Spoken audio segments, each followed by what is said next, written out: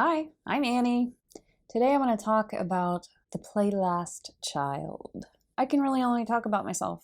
I have play last and I was once a child. I also have a really good memory because I have masculine SI. So I remember, I was there. My earliest memory, my mom tells me I was 18 months old when I sat on a fire ant hill. I sat on a mound of dirt that looked really comfortable, but it was fire ants. And I got little bites all over my butt. And she put me in a yellow plastic bathtub. We lived in a trailer, and I remember the Arm & Hammer baking soda box. You know, it's kind of like orange. She put baking soda in the water. So yeah, my memory goes back really far. I don't really remember stuff in between isolated events, but I remember a lot. I was talking to my mom the other day, and I described the house that we lived in when I was probably 4, and she just couldn't believe it, that I could remember like the layout, you know, the plan of the house. Anyway, play last.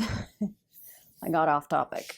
So my OP type, MFNEFI,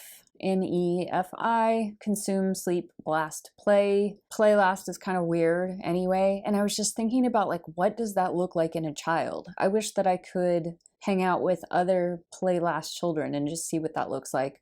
And I was thinking about my own experience, and I talked to my mom a little bit about it. I know that I was extremely curious and quiet and very, very comfortable playing by myself. I always was, and I still am, very, very comfortable playing by myself all day long. So they thought it was great, my parents, and their friends thought it was great. They thought, what an interesting child, because they'd be having maybe a barbecue or a dinner party or something, and I'd be just off in the grass, you know, staring at the grass and contemplating and just soaking it all in, learning new things. I mean, it was before I could read, so I was reading the grass, reading the rocks, just intense curiosity and absorbed in observing the things around me, the grass, the landscape, the house, and the people, and how they interacted.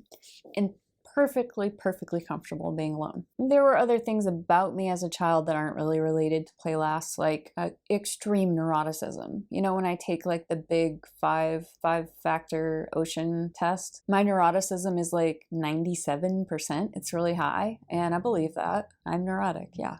I was very neurotic as a child, nervous. I even went through a phase where I kind of like scratched my legs, you know, nervously. I would get welts, like almost like you would wonder if there were allergic reactions, but I think it was more like a nervousness, like a welt from being nervous. I don't think that has anything to do with play last. It's just something I remember. I do remember when I was in high school, I was about 15 or 16. It was my freshman year. I was kind of old in high school because I got held back.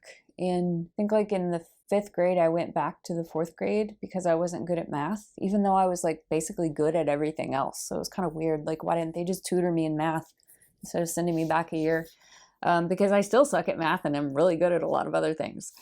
So like in history and writing and civics and all that, I had like 100%, like A's, and then I was just bad at math and they sent me back. So whatever, maybe some other stuff going on there. Anyway, so high school, I was either 15 or 16, and I went to this really cool, amazing private school in Sedona, Arizona. It's called V.V.S school. It's a boarding school, but I actually lived in town. My mom and my sister moved there. We all moved there. My dad died in a plane crash in 1985. That's why he wasn't around. And we found this school for me, and my mom packed everything up from Texas, and we all moved there instead of me, you know, living in the dorms, which I think was great. That was a good decision. I'm glad it worked out that way. Although living as a day student instead of a dorm student made me kind of an outsider, but I probably would have been anyway, if I'm being honest. I was just kind of, I think everyone feels that way, but I, you know, play last. I'm just was not very involved in socializing to the degree that other people were.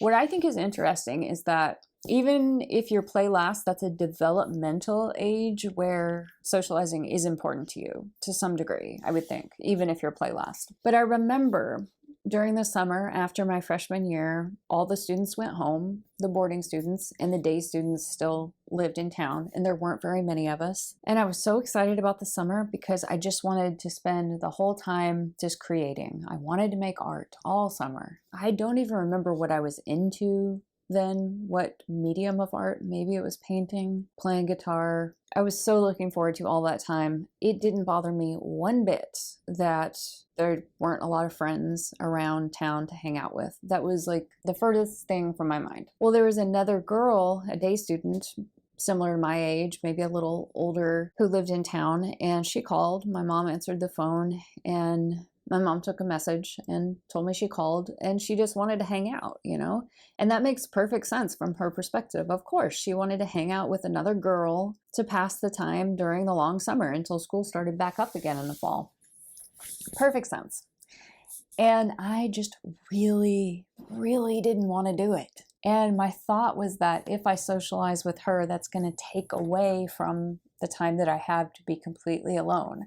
And I've always been very, very aware of that to a degree that's like, even I think it's kind of extreme. I just feel like anytime I go and meet someone for coffee, it's subtracting from the time that I have to do my art.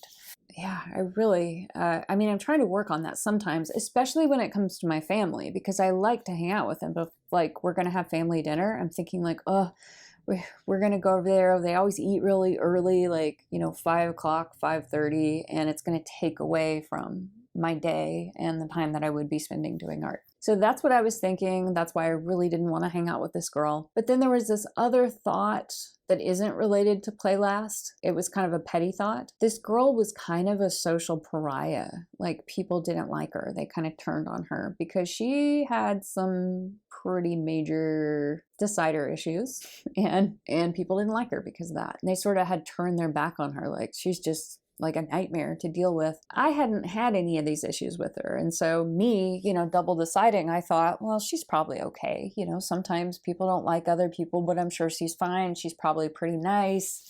But I still didn't want to hang out with her, really, because the rest of the tribe didn't want to hang out with her. And I thought, well, what would it be like when all these other kids come back in the fall and I'm tight with this girl that nobody likes? Then maybe my, social credit will go down. That's an extremely petty thought. And it's also really normal for people in high school to think that way. You think about who you associate with and how that's going to be viewed by the tribe. So normal stuff. But the main reason, like if I had to weigh, it was more that hanging out with her would take time away from me being completely alone. And I think that's remarkable. I think very few teenagers would say that or feel that way. They would probably jump at the chance to hang out with someone else over the summer. I think a lot of teenagers in that same situation would be really overwhelmed by the thought of a long summer stretching out before them with no one to hang out with. And I was just the complete opposite of that. Another thing I noticed in that school was my intense observation of other people. I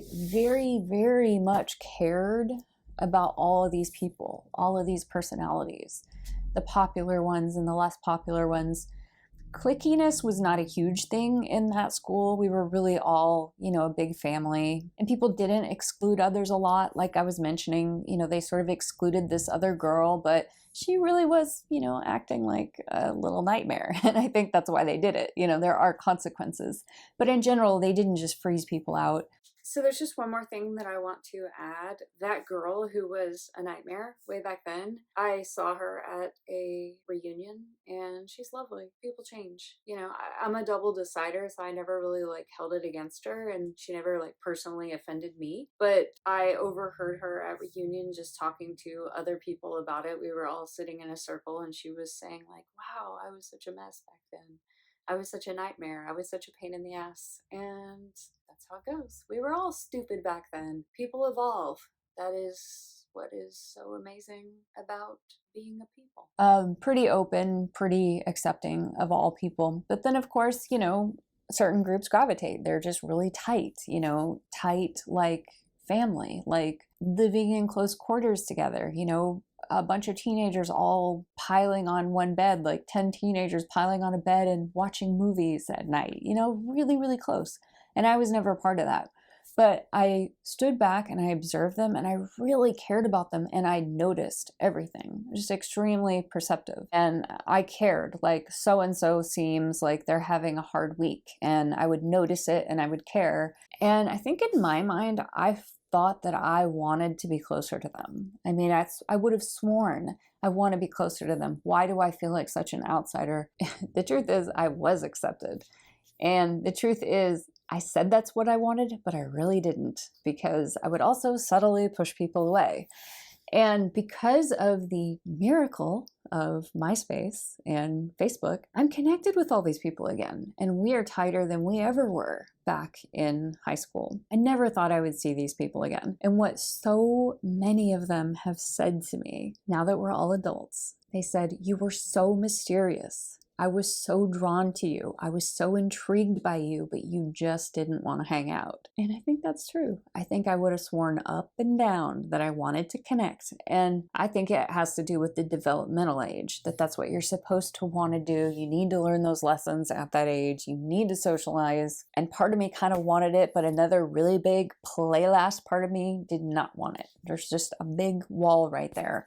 And now as an adult, I have all kinds of protections against getting involved with people, mainly just because it's complicated and because it takes time away from me being completely alone working on my art, which is really my happy place. And I've come to terms with it. I've talked about this in other videos in the past, that I have actually challenged myself and challenged my play last when I trained for a half marathon with a running group. I ran with that running group actually for a couple of years. And what I found out in the end is like, yeah, it's great. These are amazing people. I love these people. Beautiful community. I still would rather just get up at 5 a.m. and run on my own. That's just how I prefer it. So I'm really comfortable with it now. But as a child, it was kind of weird. And I really would like to hang out with like, a play last 7-year-old and just see what that's like. I don't know. Do you guys have any thoughts? I don't know how many people watching this even know what I'm talking about with the whole play last thing. I don't know how familiar people are with the objective personality system or how many of the people listening are play last, but just something interesting I've been thinking about this week.